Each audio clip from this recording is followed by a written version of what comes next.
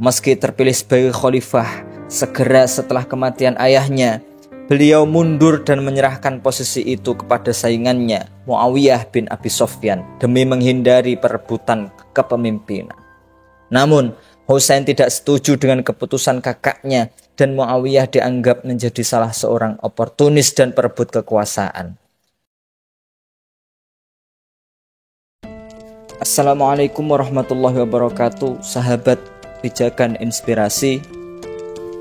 Dikenal karena integritas dan prinsip-prinsipnya yang tak kenal kompromi, sikap Husain atas kepemimpinan politik ini membuatnya bergesekan dengan Yazid bin Muawiyah yang menggantikan ayahnya sebagai penguasa negara Islam pada tahun 680. Seperti ayahnya, Yazid dibesarkan dalam lingkup istimewa.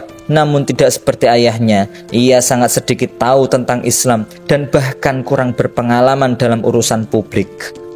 Tinggal di istana khalifah milik ayahnya di Damaskus, ia dikenal tidak jeli dan tidak terampil dalam berdiplomatik.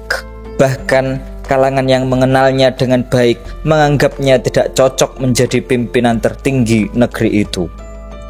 Meski begitu, Muawiyah mengabaikan semua saran ramah tersebut dan tetap bersikeras mencalonkan Yazid sebagai penggantinya. Untuk bersikap adil terhadap Muawiyah, sebelum wafat, ia menyarankan Yazid untuk bersikap baik dan murah hati kepada mereka yang tinggal di kota suci Makkah dan Madinah. Namun, begitu naik takhta, Yazid tidak segan-segan menggunakan kekerasan terhadap orang-orang yang menolak mengakui dirinya sebagai khalifah yang sah. Tanpa disertai kebijaksanaan dan kecerdasan, Yazid menciptakan kekacauan dan gangguan di seluruh pelosok negara Islam. Para gubernur, pegawai negeri sipil, dan komandan militer yang dipilihnya sama-sama mengerikan. Ia menggeser sejumlah gubernur dan diplomat paling berbakat dan cakap dan menggantinya dengan orang-orang paling korup dan kejam. Akibatnya, konflik antara elit penguasa dan massa pun meningkat. Seperti yang sudah diduga, massa tidak menyetujui para gubernur dan administrator pilihan Yazid. Berhadapan dengan kenyataan ini, Husain dan Abdullah bin Zubair muncul untuk menantang hak Yazid dalam memerintah negara Islam. Kala Husain menolak mengakui Yazid sebagai khalifah, Yazid memerintahkan gubernur Madinah untuk memaksa kedua orang tersebut berjanji setia kepadanya. Namun Husain dan Abdullah menyelinap keluar Madinah di bawah naungan kegelapan dan menetap di Makkah. Saat tinggal di Makkah, Husain menerima surat yang tak terhitung jumlahnya dari orang-orang Kufah, mendesaknya untuk pindah ke kota mereka dan memelopori perlawanan terhadap Yazid dari sana. Meski sejumlah sahabat terkemuka Rasulullah menasihati Husain untuk tidak melakukan tindakan seperti itu, ia tidak mendengarkan mereka dan berangkat ke Kufah. Gubernur Kufah pada waktu itu, Nu'man bin Bishr, terlalu lembek bagi Yazid, sehingga menggantinya dengan seorang pemuda kejam bernama Ubaidullah bin Ziyad yang memainkan peran penting dalam menekan sekte Khawarij. Begitu diberitahu bahwa Husain sedang menuju Kufah, Ubaidullah menempatkan sejumlah penjaga di pinggiran kota untuk menangkap Husain begitu dia tiba. Menyadari situasi hiruk pikuk di Kufah pada waktu itu, Husain berjalan lurus ke perangkap kematian Ubaidullah. Setelah memasuki Irak, Husain mendirikan kemah yang berdekatan dengan sebuah bukit di dalam perbatasan. Di sini, beliau mengingatkan pasukan Ubaidullah bahwa beliau datang ke Irak atas undangan rakyat Kufah. Namun sebagaimana yang sudah diduga, komandan tentara membantah telah mengirimkan undangan dan percekcokan pun terjadi di antara kedua pihak. Ubaidullah kemudian menulis surat kepada komandannya untuk memaksa Husain berkemah di sebuah tempat yang tandus, yang tidak memiliki air. Tempat itu bernama Karbala. Disinilah Husain, keluarganya, dan sekelompok kecil pengikutnya berkemah. Di sini pula salah satu kejahatan sejarah Islam paling keji dilakukan oleh orang-orang Yazid, seperti yang disabdakan Rasulullah beberapa dekade sebelumnya. Setelah Husain menetap di Karbala, Ubaidullah mengirim Umar bin Sa'ad bersama kontingen besar untuk menghadapi Husain dan anak buahnya. Namun, Husain dan Umar coba menyelesaikan sengketa melalui negosiasi untuk menghindari pertempuran dan pertumpahan darah. Setelah berdiskusi cukup lama, kedua pihak sepakat untuk berdamai. Umar kemudian menulis surat kepada Ubaidullah dengan proposal kesepakatan damai, tetapi gubernur kejam itu menolak kesepakatan itu setelah dibujuk oleh asistennya, Shimar bin Zul Jawshan. Alih-alih sang gubernur mendesak Umar untuk bertempur melawan Husain dan memaksanya berjanji setia kepada Yazid. Bencana kini berada di ujung cakrawala. Ubaidullah mengirimkan instruksi melalui Shimar untuk memaksa Husain menyerah.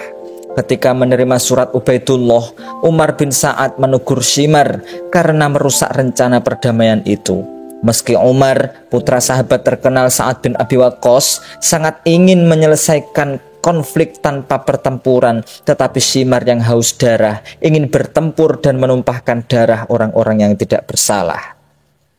Ketika Husain menolak menyerah secara sukarela, harapan untuk mencapai resolusi damai pun hilang.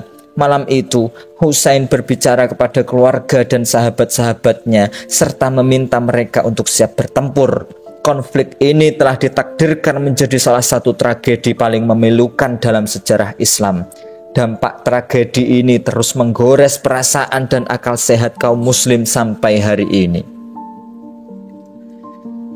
Pada hari ke-10 bulan Muharram, 61 tahun setelah peristiwa hijrah, Husain, keluarga dan sahabat-sahabatnya mengambil tindakan melawan tirani dan penindasan politik.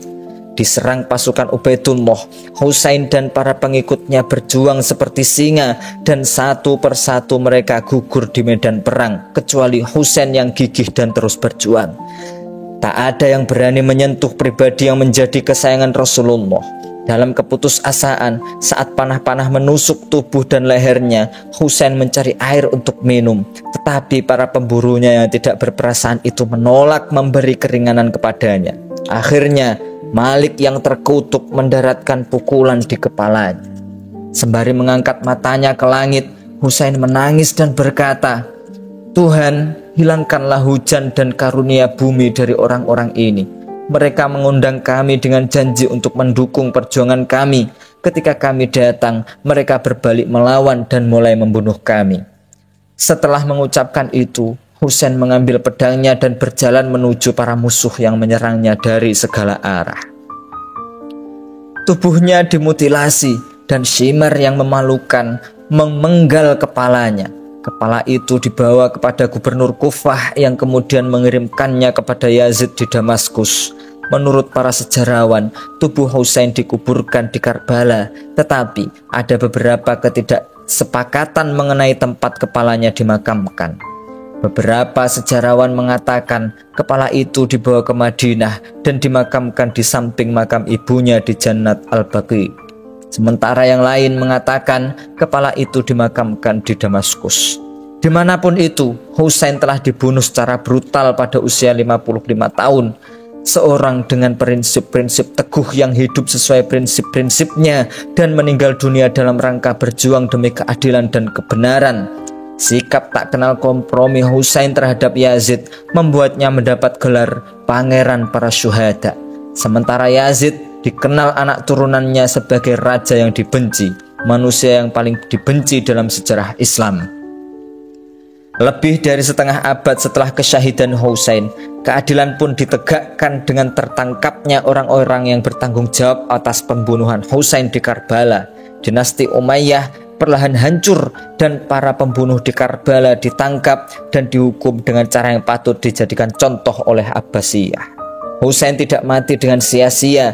Ini perjuangan kebaikan melawan kejahatan, yang benar melawan yang salah, dan kebenaran melawan kepalsuan. Itulah sebabnya sekarang ini nama Husain menjadi identik dengan perang melawan ketidakadilan, kebrutalan, dan penindasan di seluruh dunia muslim.